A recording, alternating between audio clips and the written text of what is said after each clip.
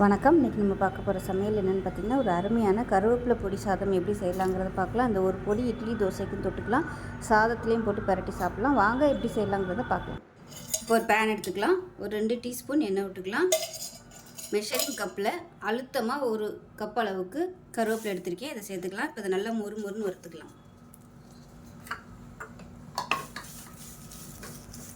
இப்போ பாருங்கள், கருவேப்பிலை நல்லா மொறுன்னு வந்துருச்சு. வேறு பிளேட்டுக்கு மாற்றிக்கலாம். இப்போ 2 டீஸ்பூன் எண்ணெய் விட்டுக்கலாம். இப்போ இதில் கடலைப்பருப்பு 1 டேபிள் ஸ்பூன் சேர்த்துக்கலாம். உளுந்து 2 டேபிள் ஸ்பூன் சேர்த்துக்கலாம். வேர்க்கடலை 1 டேபிள் ஸ்பூன் சேர்த்துக்கலாம். இது நல்லா ஃபஸ்ட்டு வறுத்துக்கலாம். இது கூடவே வர கொத்தமல்லி விதை 1 டேபிள் ஸ்பூன் சேர்த்துக்கலாம். 1/2 டேபிள் ஸ்பூன் சீரகம் சேர்த்துக்கலாம்.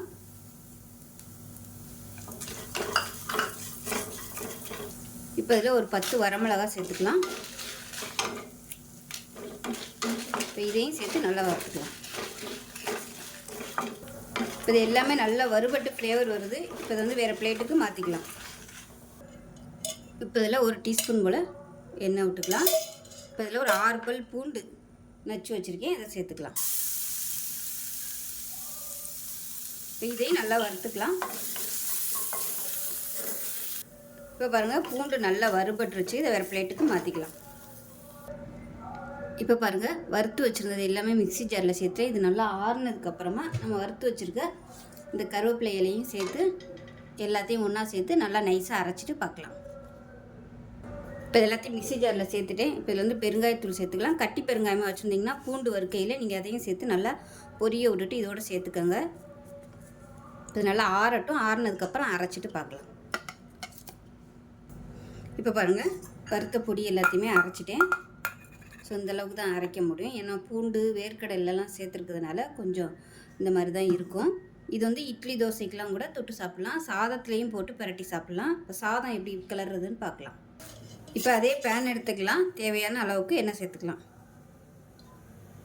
இப்போ பாருங்கள், எண்ணெய் நல்லா சூடாயிருச்சு. 1 டீஸ்பூன் கடுகு, 1 டீஸ்பூன் உளுந்து, 1 டீஸ்பூன் கடலைப்பருப்பு, 1 டேபிள் ஸ்பூன் வேர்க்கடலை. இப்போ இது எல்லாத்தையுமே சேர்த்துக்கலாம். இது கூடவே கருவேப்பிலை சேர்த்துக்கலாம். இது நல்லா வறுத்துக்கலாம். பொடி அரைக்கையிலே உப்பு போட்டு அரைச்சிக்கோங்க, நான் சொல்ல மறந்துட்டேன். அதே மாதிரி சாதம் வடிக்கையிலையும் உப்பு போட்டு சாதம் வடித்து வச்சுருக்கிறேன். இதில் பெருங்காயம் கொஞ்சம் சேர்த்துக்கலாம்.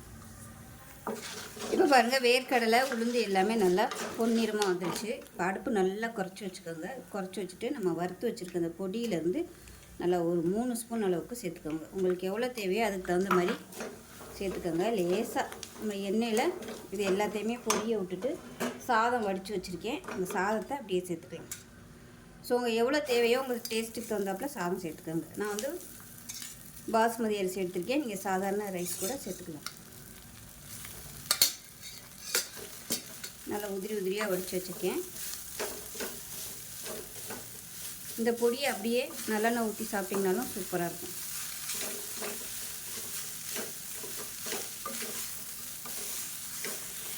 இப்போ பாருங்கள், நல்லா கிளறியாச்சு. ஒரு சூப்பரான கருவேப்பிலை பொடி சாதம் ரெடி ஆயிடுச்சு. இந்த பொடியை ஸ்டோர் பண்ணி வச்சுக்கிட்டோம்னா லஞ்ச் பாக்ஸ் கொடுக்குறதுக்கு சூப்பராக இருக்கும். ஸோ இதே மாதிரி செஞ்சு பாருங்கள். செஞ்சு பார்த்துட்டு எப்படி இருந்துச்சுங்கிறத சொல்லுங்கள். வீடியோ பிடிச்சுன்னா லைக் பண்ணுங்கள், கமெண்ட் பண்ணுங்கள், சேனலை சப்ஸ்கிரைப் பண்ணுங்கள், பக்கத்தில் பெல் பட்டனை ப்ரெஸ் பண்ணுங்கள். நன்றி.